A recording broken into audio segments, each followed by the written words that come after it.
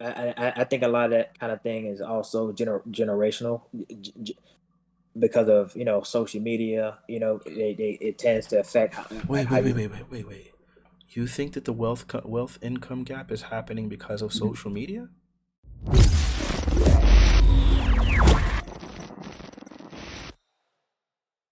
All right.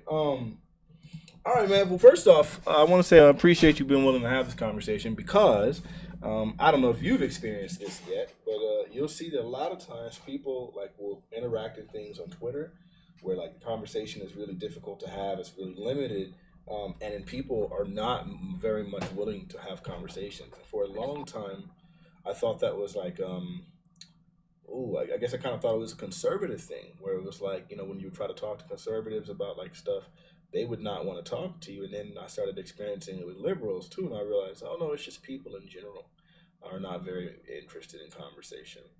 Um, but yeah, I appreciate you being willing to have it, you being willing to talk. Oh yeah, no problem. And yeah, I think a lot of time, a lot of context is lost, on conversation on social media because you can't say but so much, and people misinterpret it, what you say because they just take what you say and they don't really need an explanation. They kind of have explained it to themselves based on how they interpret what you read. You know what I'm Mm-hmm. saying? So I think that like a lot of these conversations shouldn't happen on social media, but it's hard not to because you're gonna get pulled in because you see something that you don't disagree with, or you see something that's like completely ignorant. You're like, okay, I'm gonna say something, but it just turned into a rabbit hole. You know what I'm saying? So Right. And just that's yeah, the character limitation on Twitter alone makes almost any real conversation impossible to have right, yeah, if it's anything yeah, of value anyway. Yeah. yeah, yeah. Okay. So the way I found you was basically I was going through Tariq Nasheed. He had tweeted something recently Hmm. regarding um, I guess there was a stabbing that I guess occurred at a I guess protest that turned kind of violent. Um, Yeah, Proud Boys and and pretty much like people who are choosing to wear masks and support vaccination. And the Proud Boys showed up, I guess, to protest. Their stance on it, and it just kind of turned into what it turned into. So, and okay. yeah. And you felt like he had that wrong. I don't know anything about that situation at all. So if you could, Well, the thing is, from what I've seen, from a lot of people who take a strong stance, or a lot of people who are hard one way and hard the next, they're biased and their mind is already made up before anything even happens. A lot of times I've seen people exaggerate or they push a narrative, but in this case, I mean, like if you're just looking at it from just a completely, you know, unfiltered lens, really you don't know who's showing up to do what. You know what I'm saying? You see people fighting, you saw a person get stabbed, and then by the time the cops showed up, they just showed up to divide a line. They didn't know who was what. You know what I'm saying? hmm Because everything was transpiring so fast. And I think it's kind of ignorant on people's part when they make a broad generalization to an organization or a person that belongs to an organization, because everybody in that organization is not the same. I tend to deal with the individual instead of the collective, if that makes sense. hmm Um, so in this case, the whole thing with the riots, he put, they showed up to take the Proud Boys. So I'm like, they were just showing up to break it up. They had no idea, like, at least from what I was seeing, they just arrived on the scene and tried to break it up. I don't think they were protecting who from what because they didn't know who did what. They can't arrive on the scene and assess situations so fast to determine, okay, this is what we're gonna do. hmm Do you You know think what I'm just based off of like historical context and things like that, maybe based off of like video evidence, because it seemed like there was a lot of video evidence taken of the footage. Do you think it's necessarily that someone was being prejudiced, or do you think it's possible that the Proud Boys happened to be the people that stabbed someone? I mean, honestly, I couldn't tell who stabbed who. I didn't even know someone was even stabbed until I saw the guy. Uh, his face was bloody. You know what I'm saying? And again, like I didn't. To me, I couldn't tell who was who. But I didn't know it was Proud Boys until actually I read the text. I'm like, oh wow. You know what I'm saying? But I couldn't identify who it was. And I don't think that by the time they showed up, they can identify who did what because they didn't take anybody into custody. They just showed up to just break it up. I see. You know, Um, so okay. I I didn't. mean, they didn't even have I don't think a police vehicle out there to even put anybody in a paddy wagon. You know what I mean? So they just kind of just showed up to, break up the skirmish. Hmm. And how? What vehicles do you think they used to show up? Well, I mean, as far as to take people away, they normally use like a little paddy wagon or something like that. But in view, all I saw were people on foot, police officers on foot. You know what I'm Wait, saying? but wait, hold on. Do you think the police walked there from the police station, or do you think they probably drove there in police cars? No, I mean they probably will bust there. You know what I'm saying? And then they just probably just let them out. But I don't think that, and I could be wrong. I don't think that the same vehicle they use to transport police officers and are the same one they use to transport prisoners. I mean, I could be wrong. Wait, no, But wait, no, no, no, not to transport prisoners, but to transport citizens who happen to be like arrested.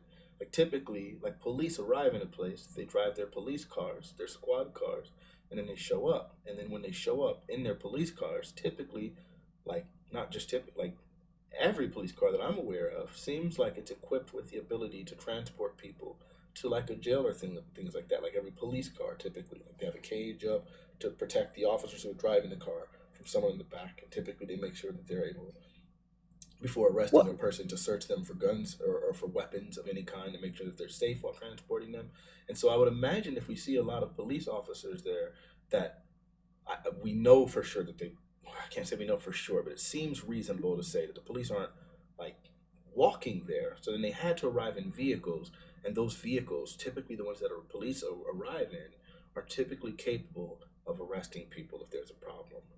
Does that sound reasonable? What's what? Yeah, I mean, yeah, I'm not assuming or assuming how they came. But my point was, I don't think they showed up to take a side. Oh no, not necessarily. But okay, That sure. that's what that was what was depicted in the video. That's why I'm like, how could you interpret whose side they took?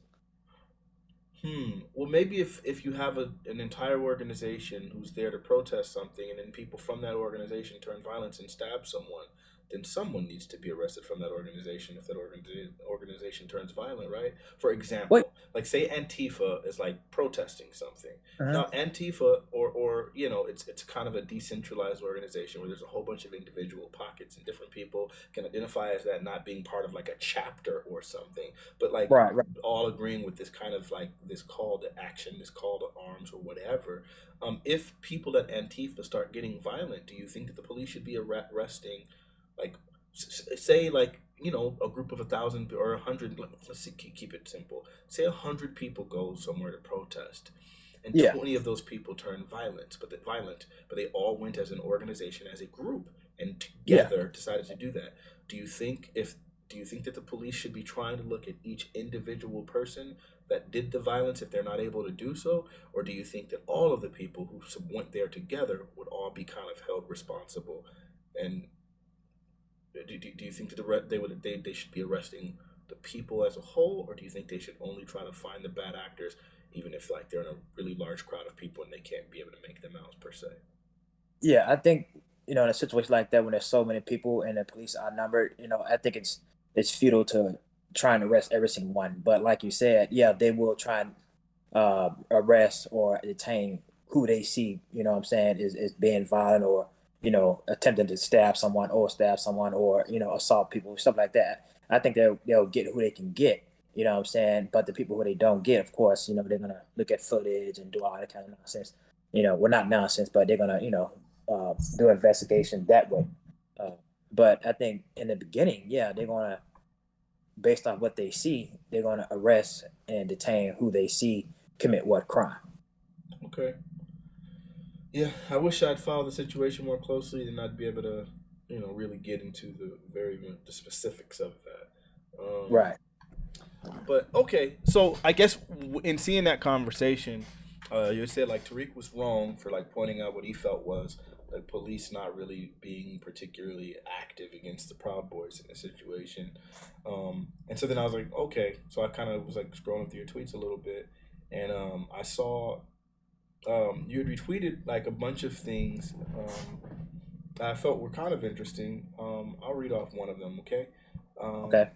One of them it says, you vindicate your ancestors by hitting milestones they were unable to reach, not by internalizing a struggle you assume they had from simply analyzing the society at a time they lived. It's one thing to play pretend, imagine what a time was like. It's another to actually live during a time. Your ancestors were born at their time for a reason.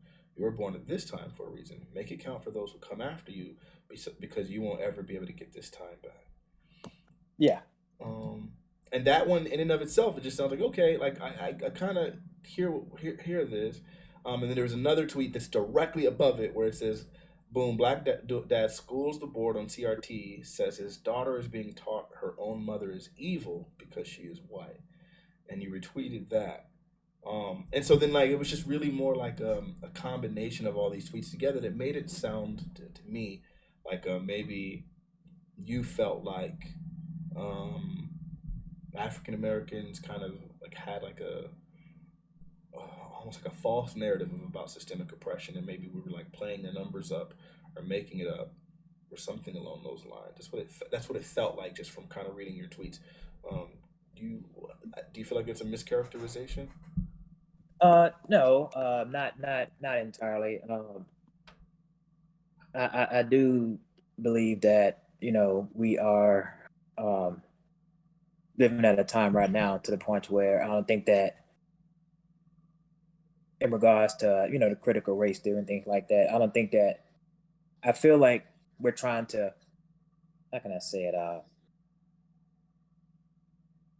I feel like we are pointing a finger in the wrong direction. I feel like we are blaming the wrong uh, people for the circumstances that we have been put in. Um, I feel that yeah, we did start behind, tremendously behind. You know what I'm saying? Every person, every race at some point in its time was enslaved. You know what I'm saying? That had terrible things done to it. We were just us and the Jewish people are just the latest. You know what I'm saying? But it has happened to everyone. But with that being said, there is nothing at this point in time can hold you back. There's no law written. There's no bill passed. There's nothing that can keep you from achieving what you choose to achieve. Okay. Now, So you when we can't so are you saying like now in 2021 you don't believe there's any systemic oppression existing right now? oppression by the definition of the word. I can't say that there is based off the definition of the word oppression. You know what I'm saying? Like Can there. you read the definition for me? What's the Uh, definition of oppression? let me pull it up right quick. Tweet that message that I sent you. Give me just a second.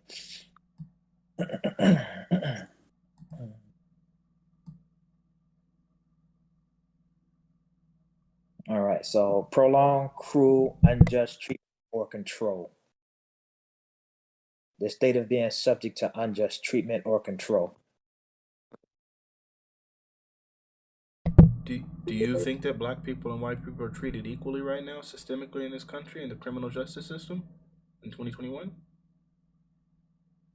Across the board, I would say there is some bias there, but with that being said, Is I don't think I don't think it's the bias can go both ways. You know what I'm saying? Like I've seen, you know, matter of fact, I was just having a conversation with somebody that I work with, and they got into an incident, with a family, and they were accused of it being a hate crime. okay. You know what I'm saying? Because of the fact that they were white and the people they were dealing with were black, and the people that were dealing with were black were the aggressors. You know what I'm saying? Like Were they didn't they want to leave their property. You know what I'm saying? Based off the story that was told to me, they were trying to get them off their property. Things happened or whatever. And the police arrived, and then it got turned down all because the person said uh, that the white person called the African American a slur, racial slur, and then it got like billed as a hate crime. You know what I'm saying? Just biases like that. Uh, s- but s- yeah, I do believe there are some bias. You know what I'm saying? But I think that bias can go. both That bias ways? can yeah. Okay, so here's the deal.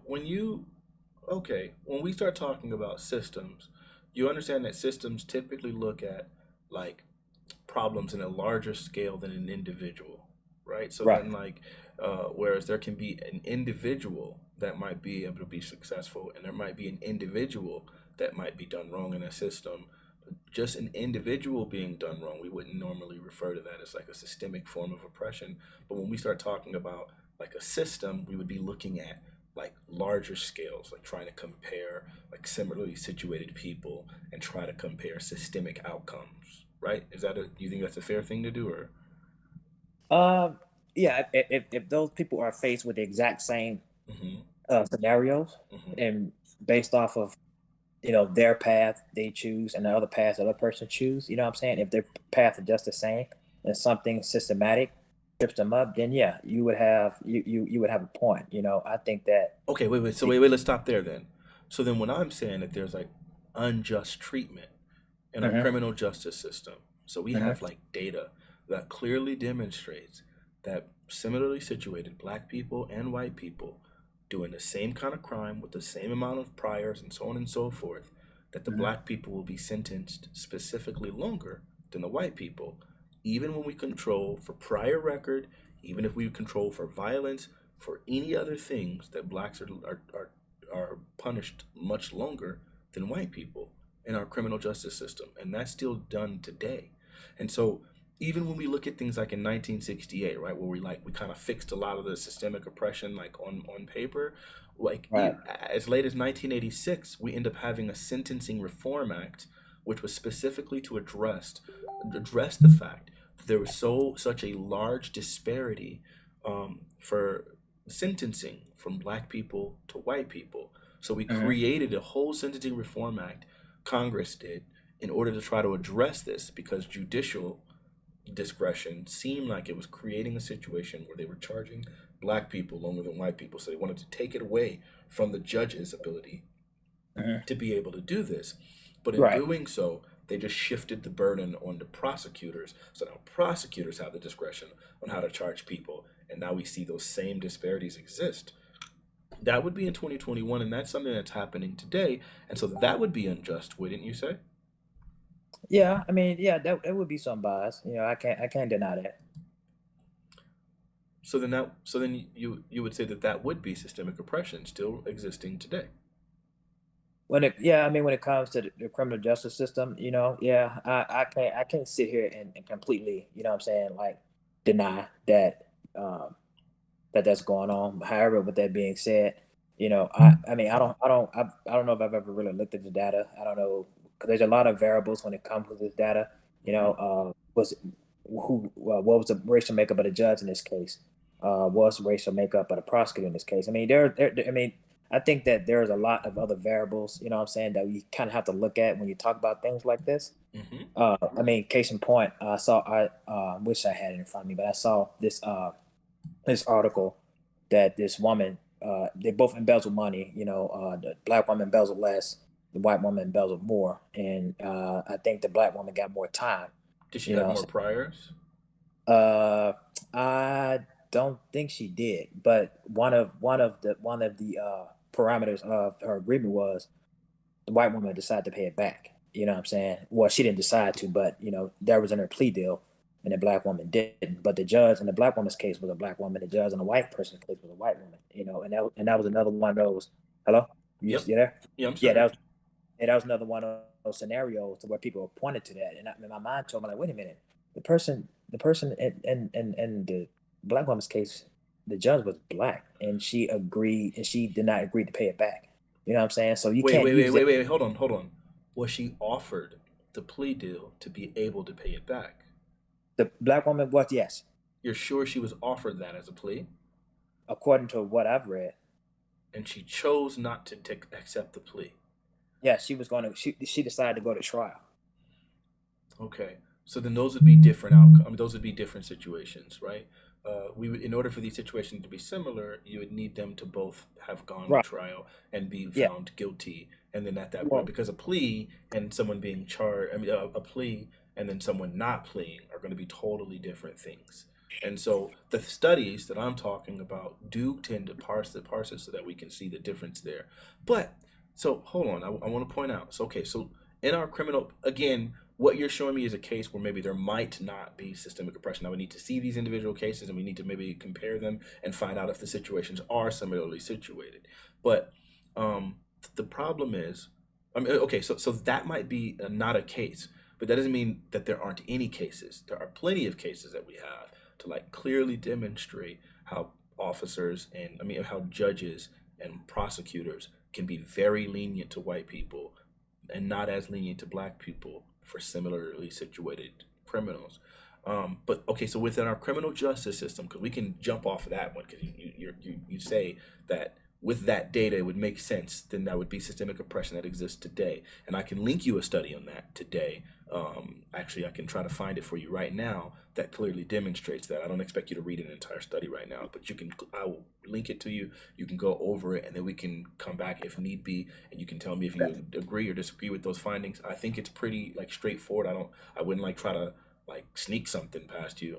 But I do have access to the data. Let me find it for you really quick before we move to the next thing. Um, uh, so okay. Let me see. So then the next thing becomes the education system. Like, do you understand how like our education systems are typically funded? Like our public education is funded within this country? Well, they normally come from. Thought they came from the state of the city. They typically come. A large portion of the funding comes from local taxes. So um, if you have a bunch of houses around a school, then those houses will pay for that school, right? Like through their taxes, through their Yeah, property taxes. Okay, are you familiar with redlining? yeah. I've seen a study on that, and with that, I had issues with when I do now. I didn't then because I mean, a lot of it comes from your resources and your class, as far as your wealth class. And I think that if you're poor, you're going to go to a bad school. I just think that's pretty obvious. And if Wait, you're wait, not poor, hold on, wait. Why would the school be bad? well, I want to say bad, but I would say underfunded school because of Sure, but would the school be underfunded? The point that I was trying to get at is the school underfunded because of the way the system is designed as far as funding is concerned? uh yeah, because of what you pointed out before, the houses around it and the value of the houses will ultimately end up paying for the funding of the school.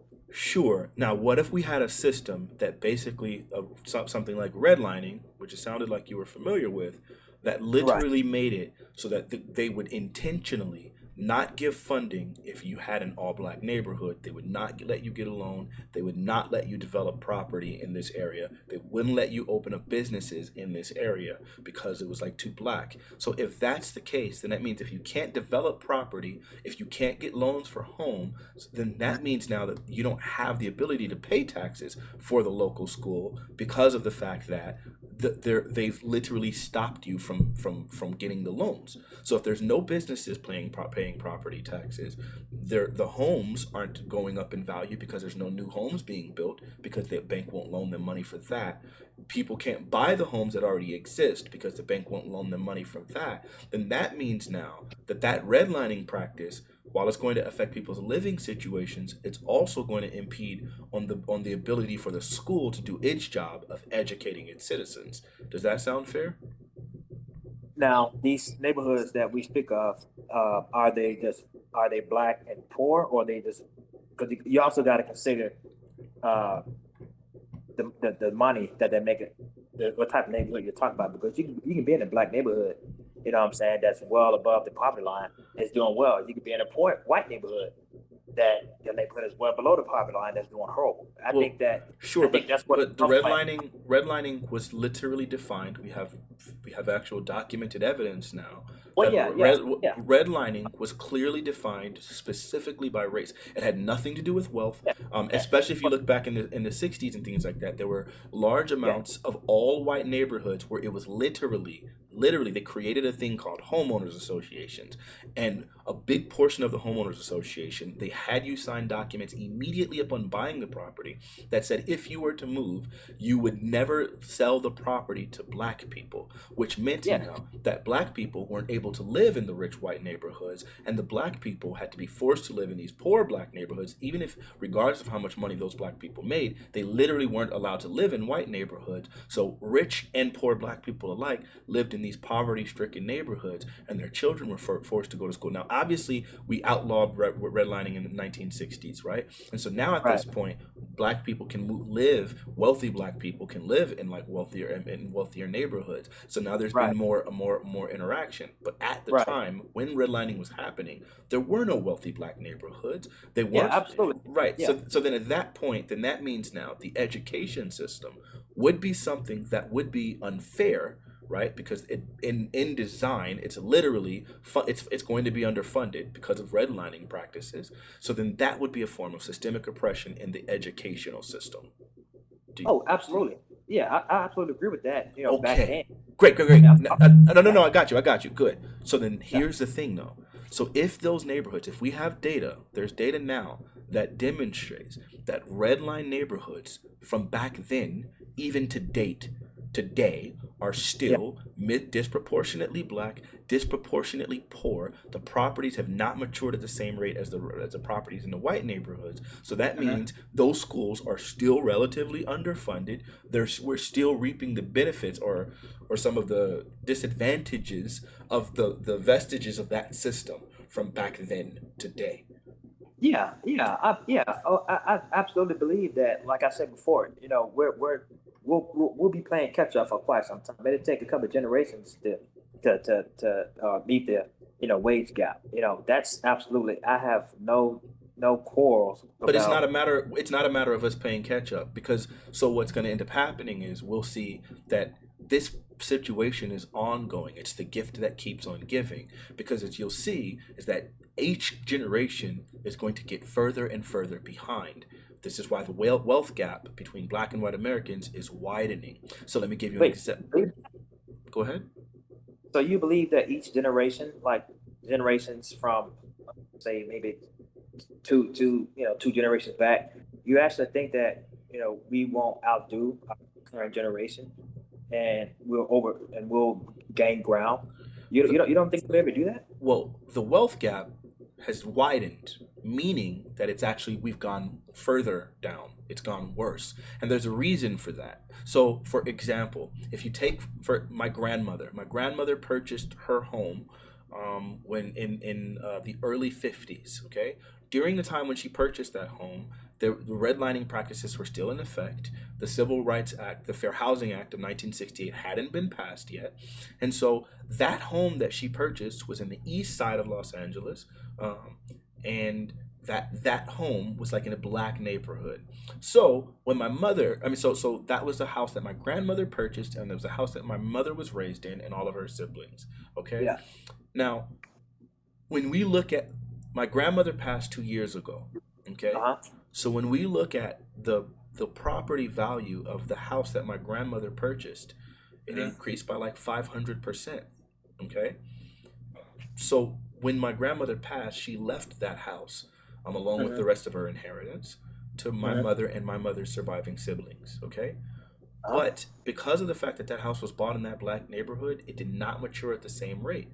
So white people born in the same time, purchasing a house in the same time in a richer, more affluent neighborhood, leaving their houses to their grandchildren, which would be, I'm leaving their houses to their children, which would be the generation directly above me.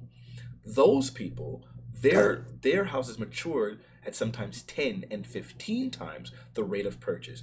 And so then that means now that they will be leaving their children a much larger inheritance than my grandmother left her children. Does Right. that make sense? Yeah. Okay, and that was 2 years ago. So then if we look at something like 2 years ago, still affecting that my mother, then that means now that my mother having been raised in that era, excuse me, having some of those disadvantages, will now pass some of those disadvantages on to us. So then, Mhm. as a result of that, then that means now every generation that has these benefits will do better and better and better, while the other generation will constantly have these impediments. Now, Mhm. the individuals, there might be individual cases. Fortunately, for myself and my family, we're doing pretty well. But Mhm. there are plenty of individuals who were raised in the exact same neighborhood. It was an all black neighborhood as my mother, whose families are not doing nearly as well, who will not have the advantages, who will be significantly more disadvantaged in general. And so then at this point, the system seems like that would be a form of systemic oppression affecting people today, even though like redlining was outlawed in 1968, even though we recognize its practices are still happening today. Mhm. And so the So numbers show that like the wealth gap and the income gap are not like really closing at all for black and white Americans. right. So, but do you think that's something that we can overcome if we went like As a another people avenue or as an individual? as a people? You know what I'm saying? Because like again, like I'm hearing, you know what I'm saying, what you're saying, and it all started with the whole, the class gap. You know what I'm saying? Like there's no But it what wasn't class, it was race.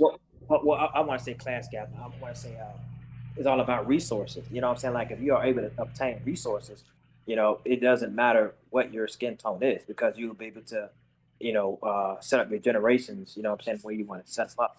No, but they That would they're I still mean, now I don't think that. I mean, back then you could have money, but you still were kept from obtaining certain things. like You what? know, back then, I mean, I, I would assume, you had a limit on the type of land that you could purchase back then. You know what I'm saying? I'm pretty sure they had some type of underhanded law that kept you from only advancing so much if you were, you know what I'm saying, uh, doing better than some white people. You know what I mean?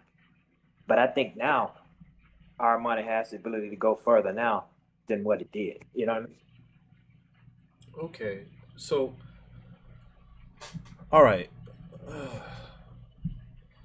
So in today's day and age, right? Just in this pandemic, we saw interest rates hit an exceptional low. Okay, my Right. parents wanted to go refinance their home. My parents' credit scores are in the 800s. Both of them Hmm. make really good money. My mom is self-employed as a clinical psychologist. My dad works in aerospace. They're doing very well. When they were Yeah. applying to try to get the loans for their home to refinance, they encountered some insane racism on almost every level. So we still have data right now that clearly indicates that when it comes to the appraisal of black-owned homes, What that was the race? let me explain. So when that it seems like that when we're trying to do appraisals of black-owned homes, that those things black-owned homes are appraised around 25% less than white people's homes to Hmm. date. That's in 2021. Now, Hmm. when we want to start talking about wealth, you understand that 70% of people's wealth portfolios in the United States of America is real estate, right? Hmm. Okay, so if 70%, the majority of wealth in this country, is around real estate, and we're finding out that black real estate is having a 25% penalty for no other reason than the homeowner is black, then that seems like today that a lot of our wealth is going to be compromised and we're not going to be as competitive wealth wise with white people in 2021. And So that wealth is typically what's passed down to the next generation and future generations. And that's how we create like generational wealth, right? you think we're the only minority that's affected by this? I haven't seen any statistics that have ever demonstrated that Asian people experience the same appraisal deficiency as black people, nor have I seen that data for Hispanics. It seems like this might be something that is specific towards black people. Can you show me any examples of any data demonstrating that Asians or Hispanic people have their homes appraised 25% lower than their white counterparts? No, I don't. I was just curious whether or not, you know, it was just us this is happening to. Or, all minorities. So that's something that seems like it's pretty specific to black people. It seems like that, at least all the studies I've seen have shown that.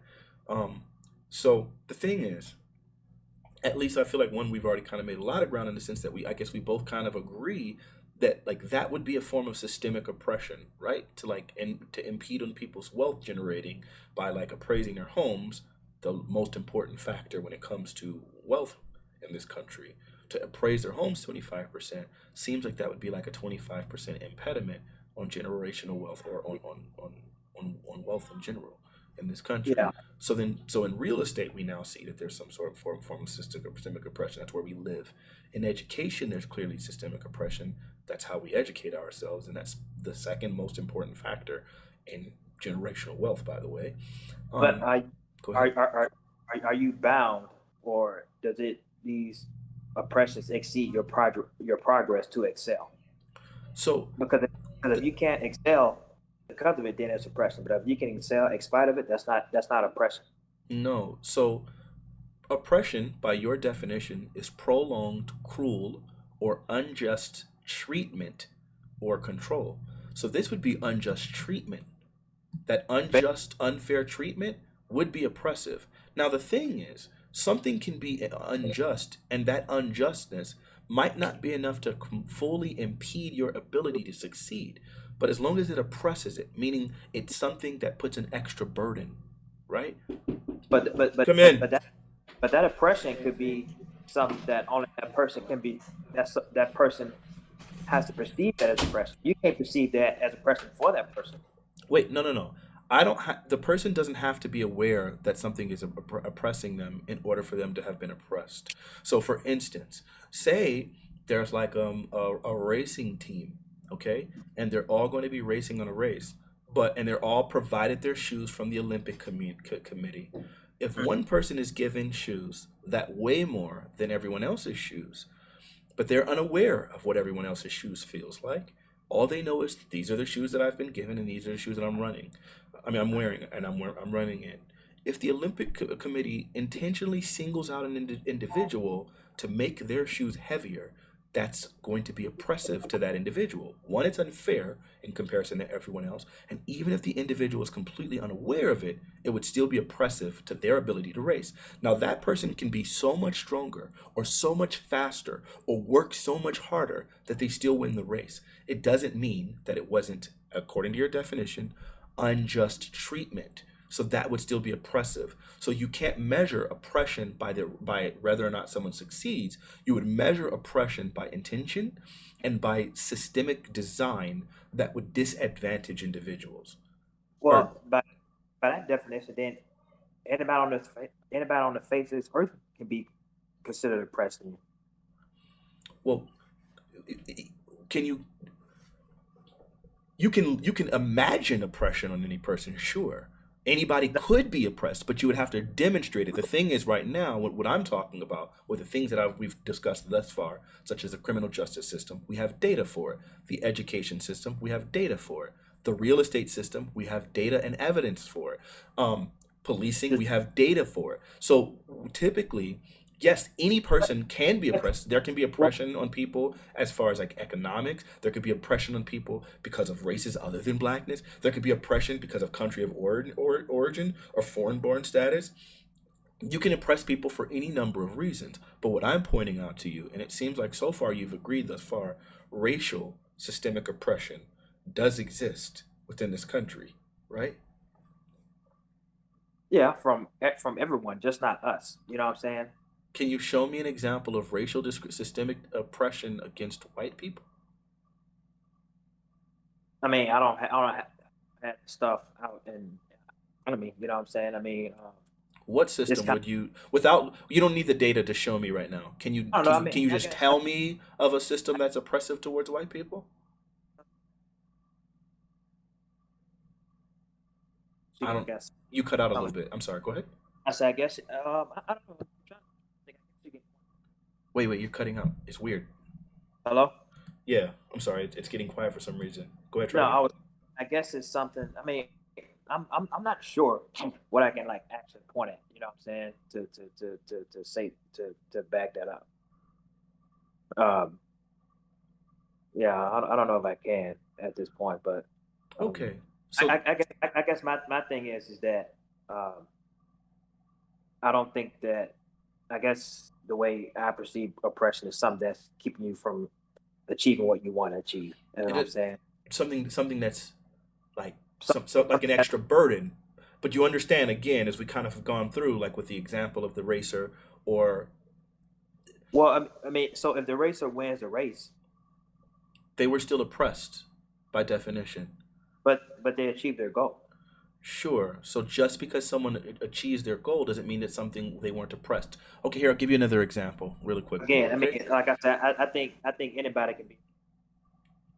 No, so you can just make the statement anybody can be oppressed, but the difference between you and I in this scenario would be you're just saying anyone can be oppressed, and I'm saying here's data to demonstrate that these people have been oppressed in this country, within our systems, literally codified by the law itself.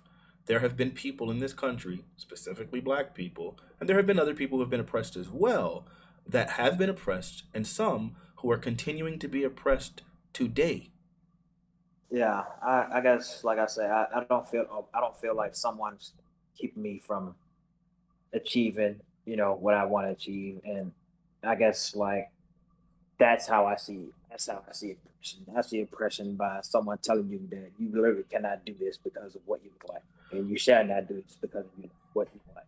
And if you keep it up, we'll come drag you out of your house. There's nothing that nobody can do or say. To me, that's oppression. I think, Okay, you but no, no, know, no. You took the time in the beginning of this conversation to read to me a definition. And so, nowhere in your definition does it say anything specific like dragging someone out of their house. Nowhere does it well, say in your, hey, hold on, nowhere does it that, say anywhere in your definition something specific about absolutely preventing someone from succeeding. Neither of those things are mentioned in your definition. Simply prolonged unjust treatment or control is enough, right? yeah, yeah. So then let's not like try to imagine a world in which what our ideal or perfect form of the most cruel and hyperbolic oppression is. Let's just stick to the definition of the word, and it seems like any system that's designed that's going to harm or impede or yeah, impede on someone's development or be a burden on someone's development would by definition be oppression. Dan, like I say, I think that by that definition, anybody could be, But you and you okay? just You keep saying that, but I'm gonna have to ask you. Yes, anybody could be. In any definition, anything can happen to any person. The problem is, in this country, it seems like systemically, everyone wasn't oppressed, specifically people of color. And if we go back enough time, it was specifically black people. And to date, a lot of the oppression is specifically aimed at black people. Yes, white people could be oppressed if they chose to instead aim it at them. So what I'm doing is I'm showing you a gun, and the bullet it's firing are oppression. And you're mhm. saying anybody can be shot, okay? But I'm showing you black people have several bullet holes in them, and you're saying, well, by your definition, anybody could be shot. Sure, a gun can shoot at anybody. Oppression could be aimed at anybody. They could choose to do so.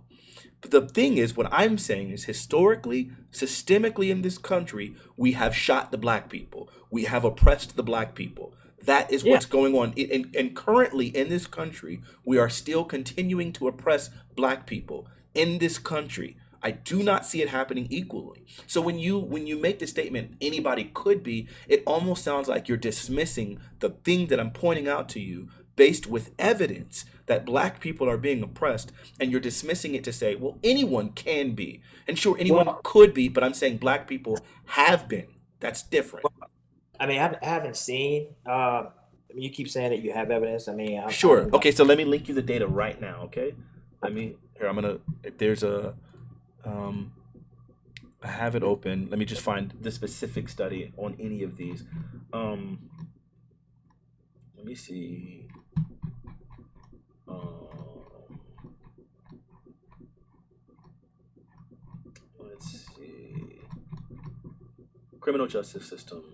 Black men who commit the same crimes as white men receive federal prison sentences that, on average, nearly 20% longer. The black white sentences are being driven large by part by non-government sponsored departures and variances. This means that sentencing choices are made by judges at their own discretion. Here we are. Here's a study. Copy link URL. Um, okay, so here I will link you a study here. Okay, so that one right there. Mhm. I mean, the thing is, like, I didn't want to just throw a whole bunch of studies at you, but this is, um, so if you just go to the key findings of that study there, it says consistent with its previous reports, the commission found that length continues to be associated with some demographic factors. In particular, after controlling for a wide variety of sentencing factors, the commission found black male offenders continue to receive longer sentences than similarly situated white male offenders. Black male offenders receive sentences on average 19.1% longer than similarly situated white male offenders during the post report period, fiscal year 2012 to 2016. That was obviously 5 years ago. I don't think those numbers have changed at all. So that wasn't way back in since 86 when the Sentencing Commission was found. This is all the way continuing up to 30 years after it was founded, specifically with the intention of trying to reduce this, but it didn't work. As they had for So the prior 4 period studies, the differences in let me sentencing. Go ahead. uh, next question. So in these case studies, right?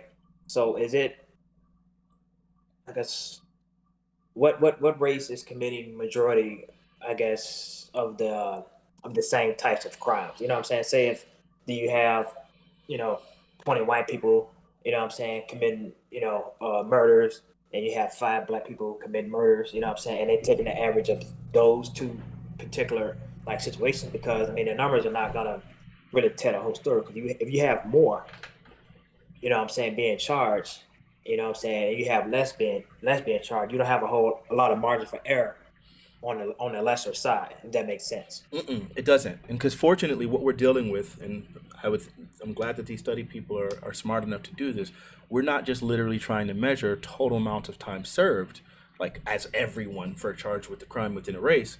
We're looking at the average sentence times. So, for instance, if maybe we have 10 white people who commit a murder, okay, and then we Mhm. have 100 black people who commit a murder, okay, so then we look at what the average sentence time is for those white people, and we find that one person sentenced 7 years, one person sentenced 11, and so on and so forth, until we get an average sentence time from those 10 individuals of, I don't know, 15 years. Okay, so then we would say these white people on average got 15 years sentence time when we counted all of them together and look at what the average sentencing was. And then we look at the black people and we find out that their average sentence time was something like 30 years, right? So then at that point, even though there's less white people than black people, when we're looking at average sentence time, it doesn't matter necessarily that there's so much more, unless there's such a statistical disparity between the two that the white people can't be counted. Fortunately, white people are the majority in this country, so even though like they're so these disparities are not nearly like something that's like unquantifiable. Like if it was like only one white person, then you wouldn't have a good average. Only two white people, you wouldn't have a good average. But when we have such a large number, we have one of the largest, we have a humongous population of 330 million people. We have the largest prison population in the country. So we have, I mean, in the world, excuse me, we have 25% of the world's prisoners. So then we can really collect enough data to determine what the averages should be. And the averages is what's giving us this 19-year disparity. So even though there might be a difference in population size, or I'm sorry, in group size, it doesn't change the fact that we're talking about an average. And that average difference tends to be, from what this study is showing, that black people are getting 19.1% longer sentences on average. Mm. Interesting. Interesting. Sure. So if we look at something like that, right, then that would be a form of systemic oppression. To date, we have literally an entire sentencing commission whose job is to try to police the sentencing to make sure that it's like having Well, equitable outcomes, and they're well, finding these things to be like, well. Again, like with that. with the criminal justice system. Um, how can I say this?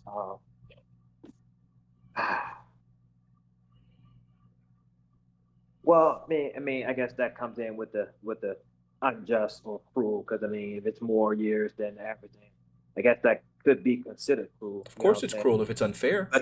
But it's still, I mean, but the totality, I guess, how can I say? Uh, though, yeah, I mean, I guess I see your point. I see your point. I mean, it's hard to argue against the cruel and unjust. I guess I don't consider anybody who commits a crime or a murder. I don't consider what they get cruel or unjust. If that makes sense to you, you know what I mean? Because they, you made the decision to do what you did. I have sympathy for you. Well, How? sure. Well, the thing is, okay, so there should be an appropriate sentencing for a crime. And so we should be able to come to a sound number on what sounds reasonable and appropriate. You don't say you stole a candy bar, so because you stole a candy bar, we deserve to put you to death, right? So we recognize that even when we're even when we're exacting punishment or some sort of like justice to individuals, that there still should be fairness. There still should be equitable. And so Yeah, if yeah. we recognize that there's a disparity here and we I'm with control for the variables, then that means it you. would definitely be cruel because it's really hurtful to hurt someone else. I mean, to treat someone worse than you treat everyone else. And it would Yeah, be I'm with unjust because it would literally be unfair by yeah, definition. Yeah, I'm with you so there. so that I'm with sounds like that would be a textbook according to the definition that you chose to present here, a Yeah, textbook example of oppression. yeah. Right. I mean, yeah. I guess you if you want to use that as an example. I mean, I'm with you there. I guess, like I say, it by the definition that would be unjust because if you sentencing other people longer, then yeah, that is unjust. I guess when I think of unjust, sentencing, I can care less who gets what because the way I see it, both of you guys are cesspool. You know what I mean? But just because they are a cesspool, they still need to be treated equally throughout, right? Right. Okay. Yeah. So, yeah, I guess I can, I'll go with that. Again, that's not something that I can see impede anything that someone, but I guess I keep going back to that definition, of impeding your progress to succeed, you know, because to me, that's how you pay generations forward. You know what I'm Hmm. saying? But I guess on Sure. the way up, you can have imaginary hands on you. You know what I'm saying? And you can push through them, or you can Right. use them to keep you down. Well, so here's the thing, though. Okay. So again, when we talk about systemic oppression, you never want to focus on the individual. What you want to look for is more what you would say is expected outcomes, right? So we recognize like that people take the path of least resistance. Okay, so that means if like if given the same opportunities, people will. If the opportunities are the same, the outcomes are likely to be the same, unless you believe there's a racial element or some other controlling, like militating factor. The Uh, difference is what we're finding is that we haven't been given the same opportunities. White people would be in the same situations if not given humongous legs up by the government. Like the they like created these large communities in which they were giving white people loans to buy property in the 30s for literally free or with extremely low to zero interest, and then moving a lot of the job from the inner cities to these communities. So now you have, well, go ahead. yeah, I think we both have agreed that you know uh, we are where we are because of how we came into this country and our history and stuff like that. Wait, So yeah, yeah, but I'm not just talking about, hey, this is something that happened in the past. I'm going to relate it to the present. So what ends up happening is then you see that those individuals that had these houses without some crazy amount of like interest and whatever, they were then able to use the equity in those homes and the whatever to leave their children generational wealth. So now, if that happened in the 30s, then you got to recognize that there are people living today who are direct beneficiaries of those properties. Okay? That's number one. Number two, you also recognize that those individuals were able to use the equity in those homes to pay for their children's college. And we obviously recognize how college education helps improve your income. So then we see that those individuals have been better off because of that. Then those people with college education are now able to buy homes for themselves because that increases their income. And using their income, they're able to purchase property, which now they get more wealth. And then they live in better homes, in better neighborhoods, with better education, because education is directly tied to property values. And now that you're buying a home, preferably in a better neighborhood because your income is higher. Now you can buy yourself a home in a good neighborhood. So then that means your children, which would be the generation living today, those children are able to attend better schools with better education, with lower crime rates, and have better economic opportunities specifically because of that one thing happening in the 30s. Now, there are individuals who have risen, who have worked twice as hard, three times as hard, and have literally equaled some of the economic levels of those other individuals. But that's not the case for most people. Most people are not going to work twice as hard or three times as hard. Most people are going to do just enough to get by. There's a phrase, and I can't think of the name of it, but it's where someone jumps from one economic ladder, rung on a ladder, to another rung. Something mobility. So So I got a question. go ahead. So, so do you think that any poor race is oppressed, or is it just poor black people oppressed? I think So I think as it stands nowadays, I think there are plenty forms of oppression that are against people based on their class, on their income, on their wealth, and on their poverty status. So I would Right. say that that's happening today. However, I think what we're finding is that there is also a confounding factor, right? There's another or compounding factor, excuse me, where we'll see that there is wealth. There is oppression against people of a certain wealth level, but then there's also oppression against people specifically because of their race. So even if we get black people into situations in which they are no longer in poverty, there still are forms of oppression against them to date. For example, my parents, very far from poverty, not even close, thank God. But the fact of the matter is, when it came time for them to get these 1% interest loans on their house, they ran into several forms of racist discrimination when it came to refinancing their house. So that's something that's happening today. That income, I mean, that affects their retirement, as far as like what age they can retire, because with the refinancing, it like kind of speeds up that process for them. That directly impacts my inheritance whenever my parents are to pass. That's not going to be my way of sustaining myself. I plan on being, doing whatever I need to do in the meantime. But my point being that these things affect us all still today. So you don't think that no black person had a hand in deciding anything negative against your parents' refinancing? You don't think you don't think that at all? It sounds to me like the question you're asking me is, can black people also contribute to the systems that are oppressing them? Yeah. Yes, they can. Sure. Okay. That doesn't So undermine that the system is designed that way, because a yeah, system, the as a black benefit, person, but hold on, isn't. when we're talking about systemic oppression, typically you don't have to focus on individual actors, because some systems are oppressive such that any individual actor doing anything right or wrong will not directly, or will not influence or impact the system enough to undo its design. The system kind of works perpetually, right? So yes, individuals can act in a way to like that will be racist, but even without a racist actor, the system will still continue to generate these really disparate results. Yeah. Uh,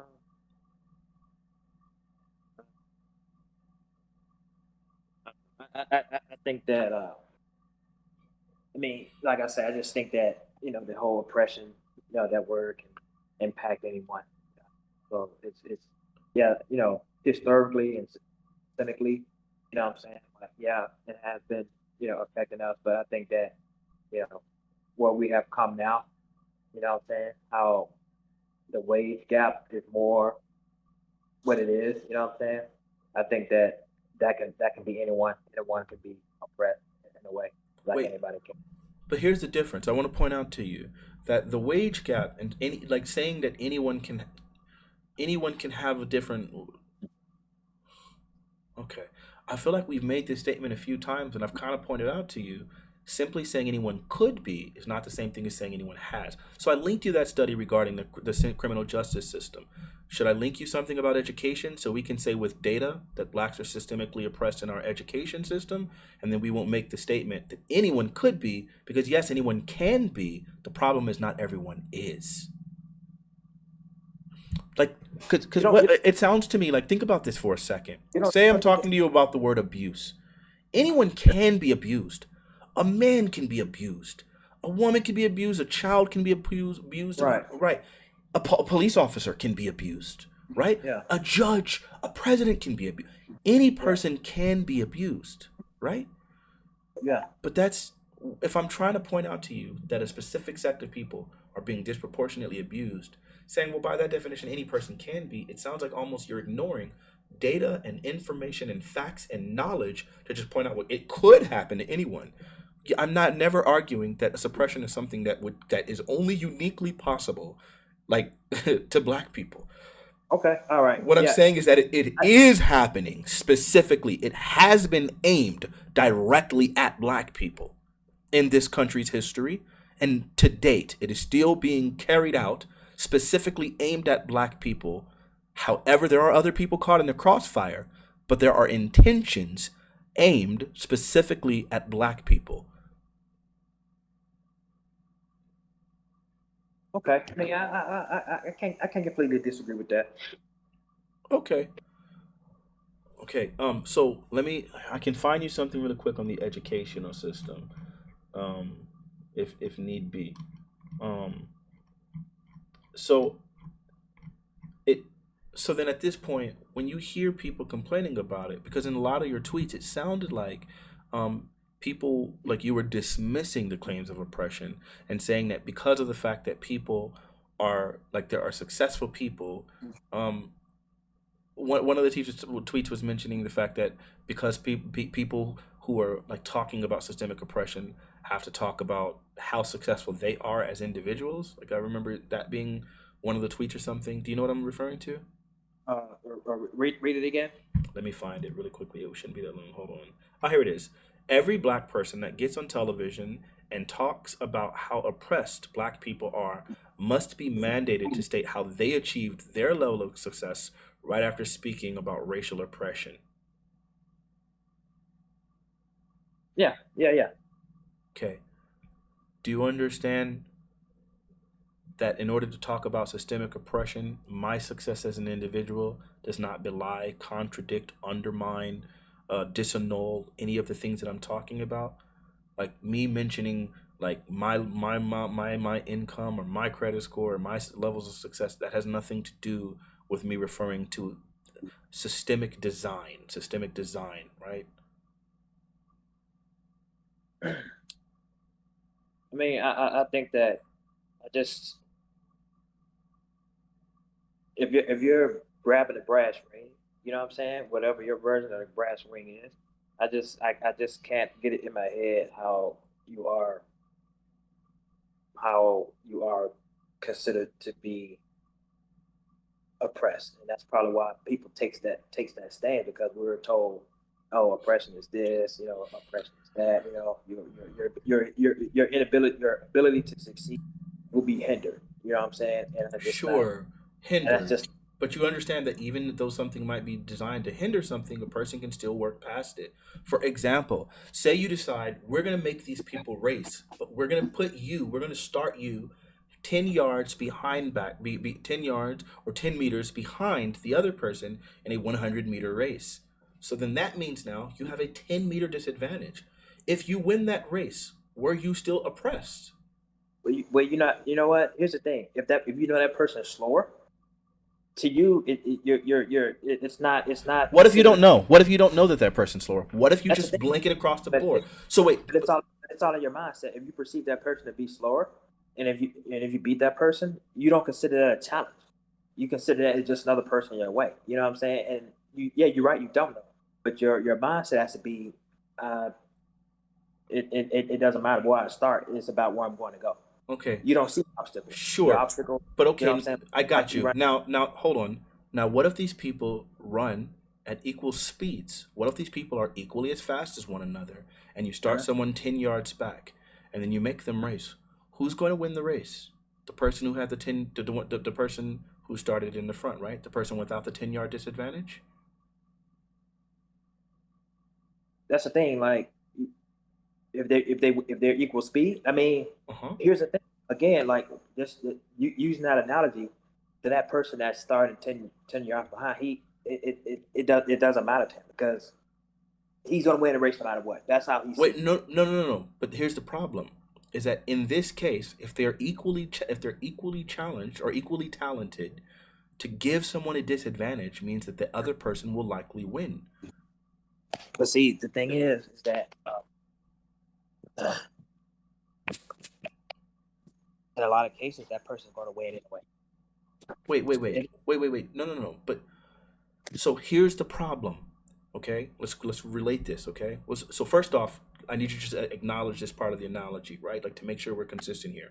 So if they're equally talented, and we put a 10-yard disadvantage to one person, the person without the advantage is going to win every time, right? the person without the advantage. Yes. So No, you I'm mean the sorry. I'm person sorry. No, the person without the disadvantage. person with disadvantage? Yeah, the person with a disadvantage. Yeah, they see themselves as winning every time. No, no, no, no, It no, no, doesn't. no, no. That's not what I'm asking you. I'm sorry. I need to make sure we're understanding really quickly. If two people are running, if two people are equally talented, okay, Right, so they run at the same rate, but right. person one, we start 10 yards behind person two, and they're running a 100-yard race, okay, then that means that the person two is going to win every time, right? Mhm. Okay. So when we're pointing out to you the systemic oppression, okay, we're saying these people, unless you believe that black people are inherently less likely to succeed, or there's something in our us genetically that's going to make us like fail in some sort of way, we would be equally poised to succeed in this system if given the same amount of opportunities, but we've intentionally put these systems in place, like the education system, that's a few yards, like criminality, that's an extra few yards, like job opportunities, that's a few yards, like So not you allowing them to attend education, that's a few yards. And so all of these things have created these distances that now, even if we so now we're going to be so you don't uh think there's go ahead. where so you don't think there's any cases where we start 10 yards in front? Can you give me a single example of a system where we start 10 yards in the front? I'm I not. I'm don't. not. No, I do not. I don't believe there's a single system in existence right now where black people have been advantaged. Can you give me an example of one? Maybe I'm just not thinking of any. Do you have any examples in your brain? I'm not. I'm not referring to system. I'm referring to individuality. Wait, wait. What do you, I'm sorry. You have to re-ask your question then. Maybe I'm not No, understanding it. no, no. I'm referring to individuality. Oh, are you So saying can there be individuals who are more yeah, advantaged than others? yeah. Yes, but we're not talking about individuals, we're talking about systems. And so See, what you're saying is, are there outliers? And yes, there may be outliers who are maybe like have a personality type that's more driven towards more discipline, or more sociopathic, so it allows them to climb up the like economic ladder, and leave a bunch of people in their wake, but while on their path to their own success. Yes, there can be individuals, but the problem is we're not talking about individuals, we're talking about systems, because systems affect large amounts of people as opposed to individuals. yeah. I mean, I don't know.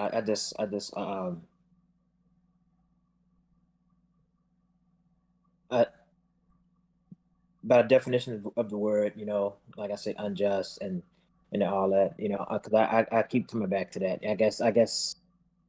I mean, yeah, I guess outlying it could be, what I'm saying, based off the numbers, but I see what's in front of me and my eyes tell the story. And I just don't see, us you know, that far behind the eight ball. I just don't. Wait, you don't see us that far behind in what regard? As far as wealth is concerned, as far as income as is concerned, as I far as mean, economic opportunities, which I mean, area do you not think that we're that far behind?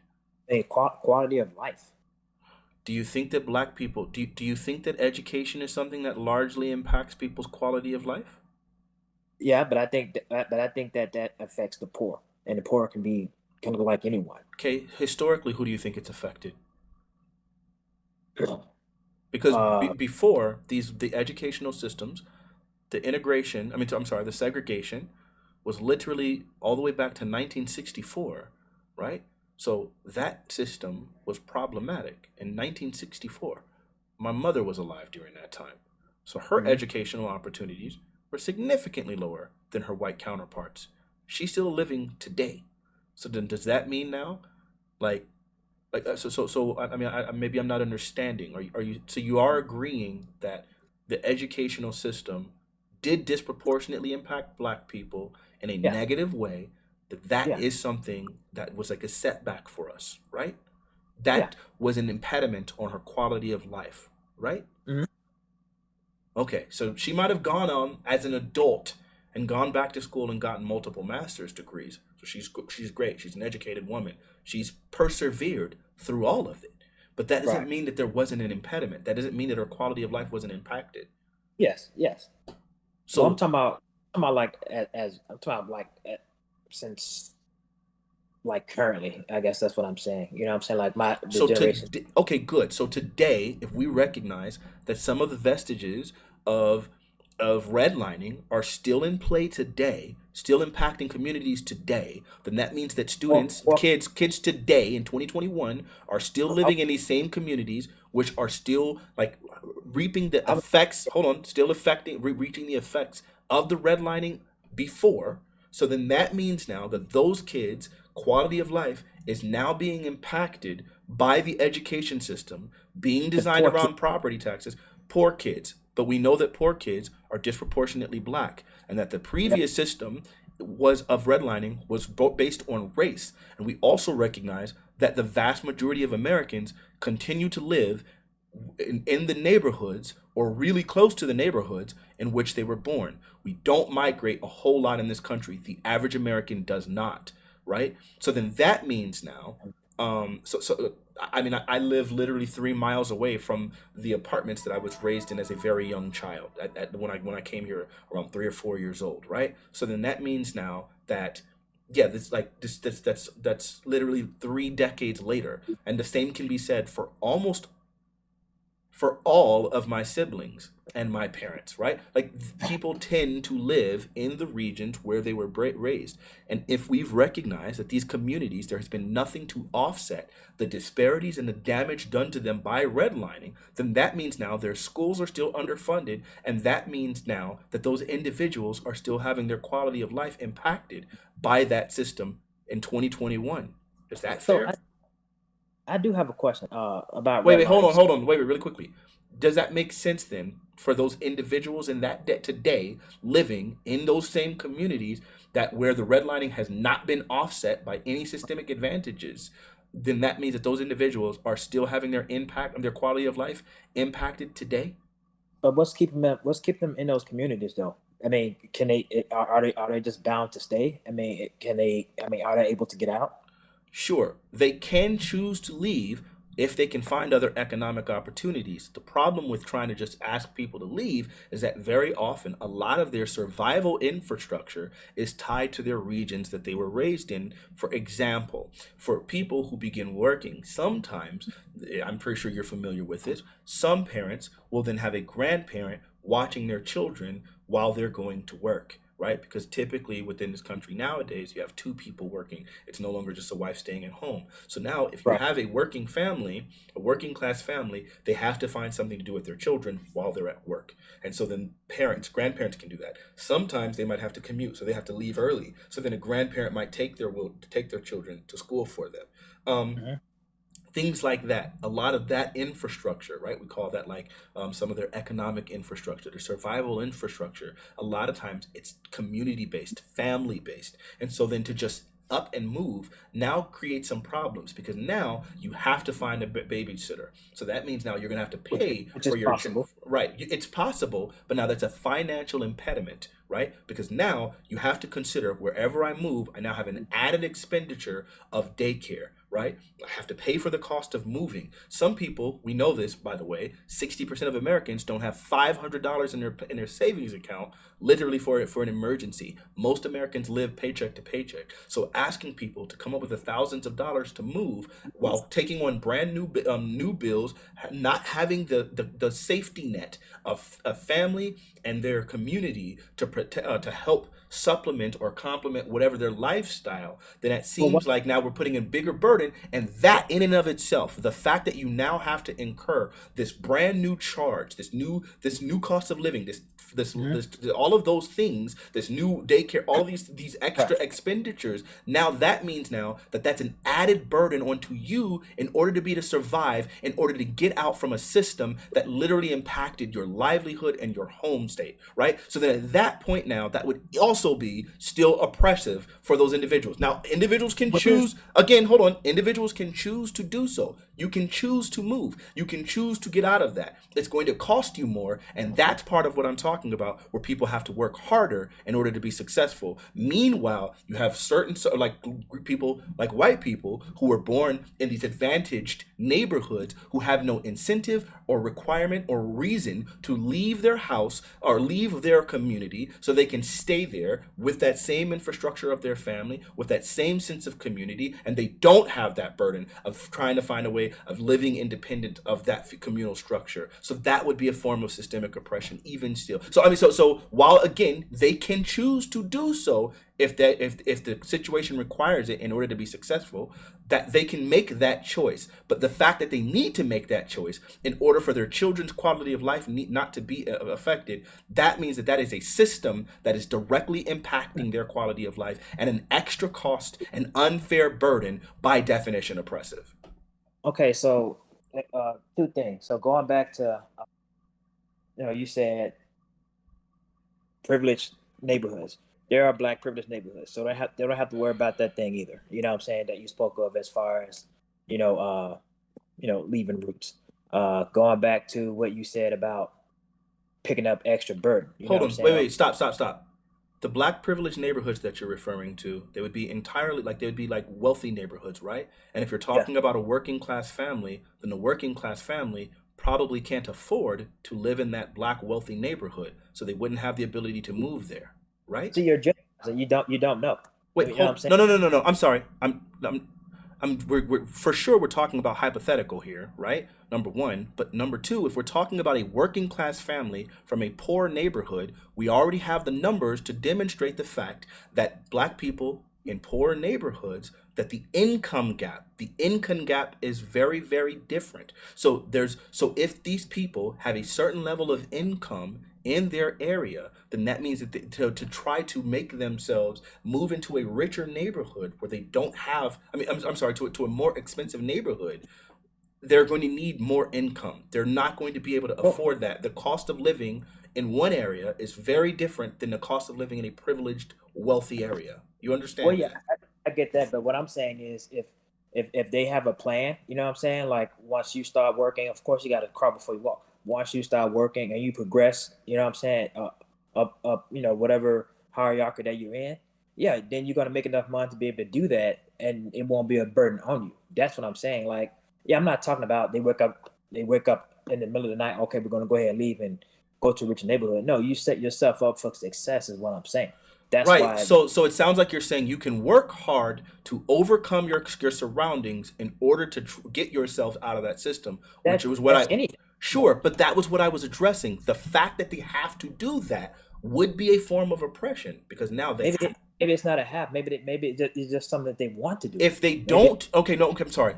If they do it, then if they do it, then they can get around that. But it's oppressive that they need to in order to get out from an oppressive system. but that's any neighborhood But that's that not true of all neighborhoods. White neighborhoods have not been affected in the way that the red line neighborhoods were. Black neighborhoods were I'm talking about. specifically Yeah, targeted. okay, so we've already established about Okay, so the if right. we've already established I'm that, then talking about right now, and right, we that have. I'm talking about in 2021, we have studies. Right. If I need, okay, maybe I'll find it for you right now. Tell me if you need this. In 2021, we still recognize that the neighborhoods that were redlined are still disproportionately impacted to date. in 2021. So that means now that these neighborhoods are still disproportionately black, still disproportionately low income, still disproportionately underdeveloped property, still low property values in general. Like their education, their schools are still underfunded. All of these things are still present in 2021 in these previously redlining communities because nothing has been done to offset the disadvantages that they originally acquired during the legalized redlining. which would not stop you from succeeding or impede your progress. None of those will. You don't think that education impacts people's success in this country?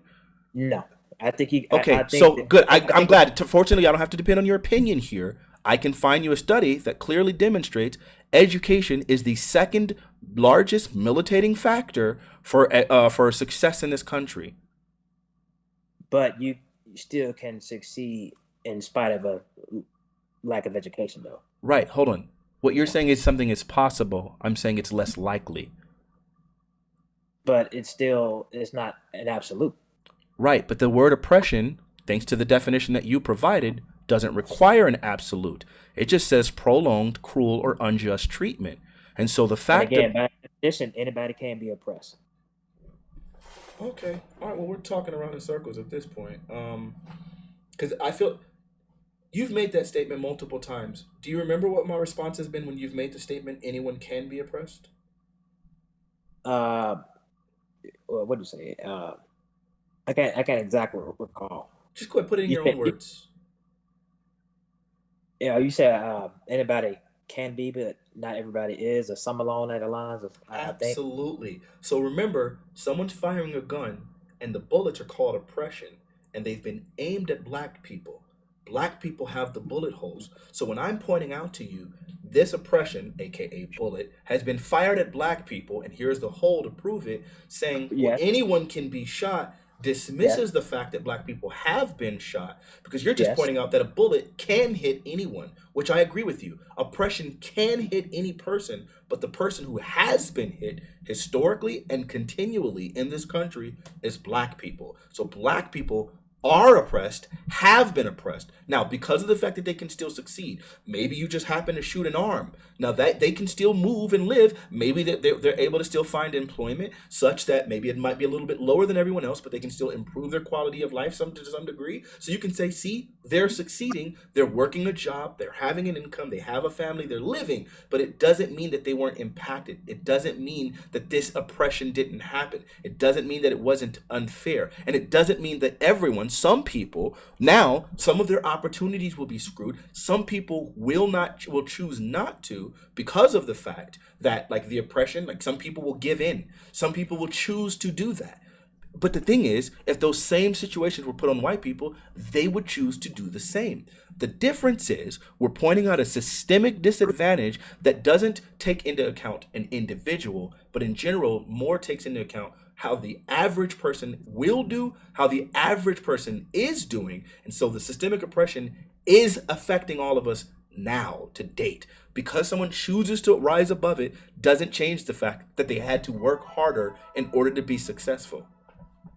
I mean, that's kind of hard to say. Again, you're generalizing. Some people, you can't say every situation is the same. I didn't say all situations are the same, and I am generalizing because we're talking about systems. So, systems typically are going to be looking at average outcomes as opposed to individuals or looking for outliers. So, yes, I'm generalizing because we have data that generalizes the outcomes from the systems. Okay. Do you think that's a fair thing to do?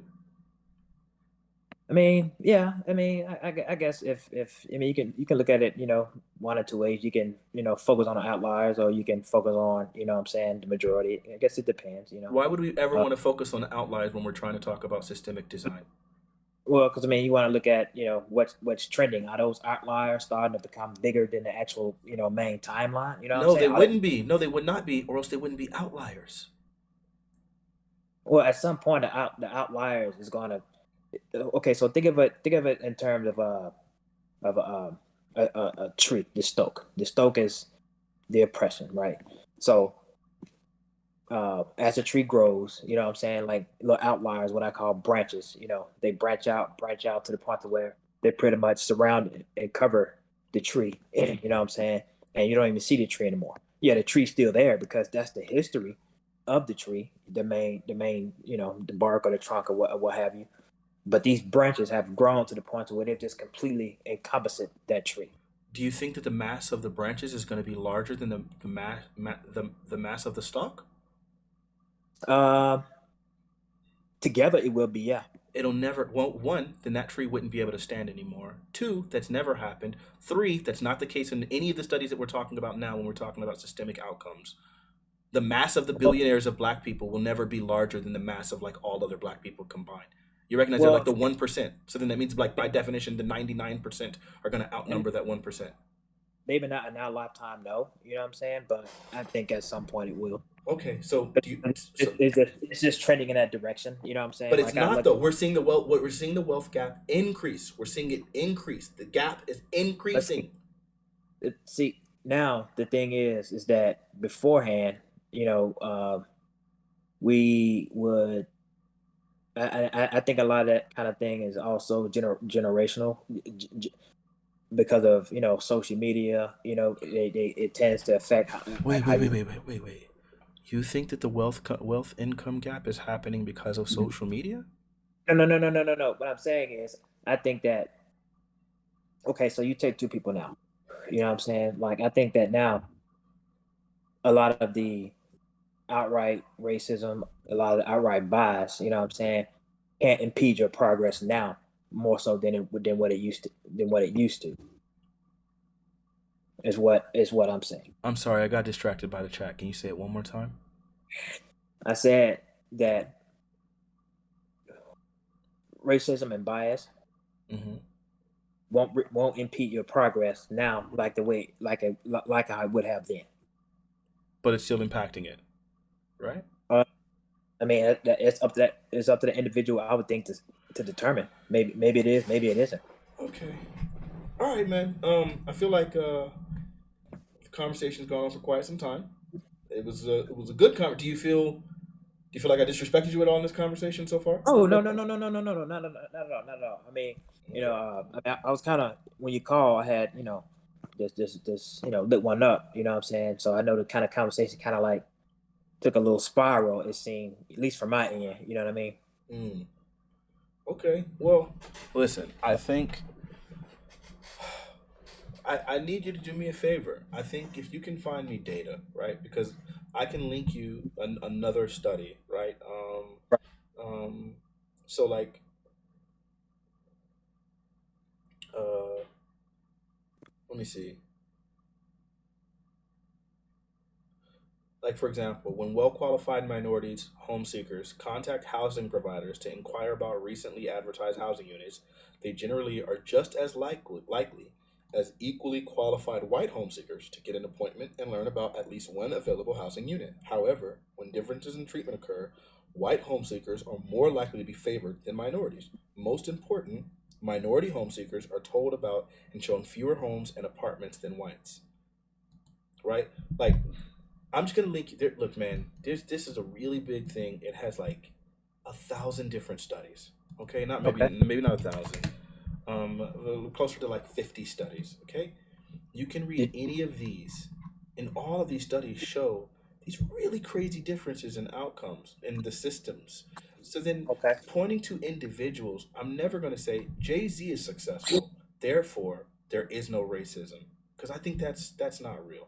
I think No, I would never say that. of I would never course, say that. I know you wouldn't be that silly, but my point being, we when you look at systems, you don't look at individuals.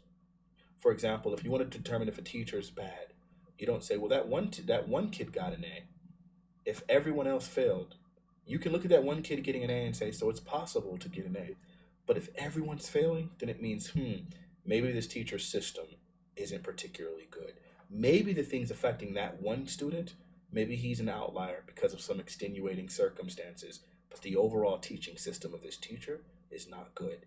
In the same Yeah. sense, when we're looking at these outcomes, from these systemic outcomes, I think the idea that you would look for outliers and think that one day the outliers will normalize or will outshine the averages, like without any systemic change whatsoever, it's just, I think that's crazy to me.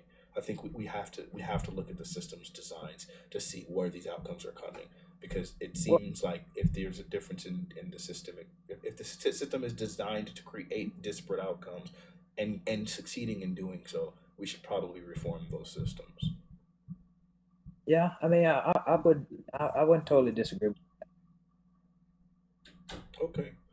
Do Yeah, you have that's anything else that you like feel like maybe left unsaid, or left that you feel like you we kind of need to get into, or I mean, yeah, there was quite a bit that I want how you view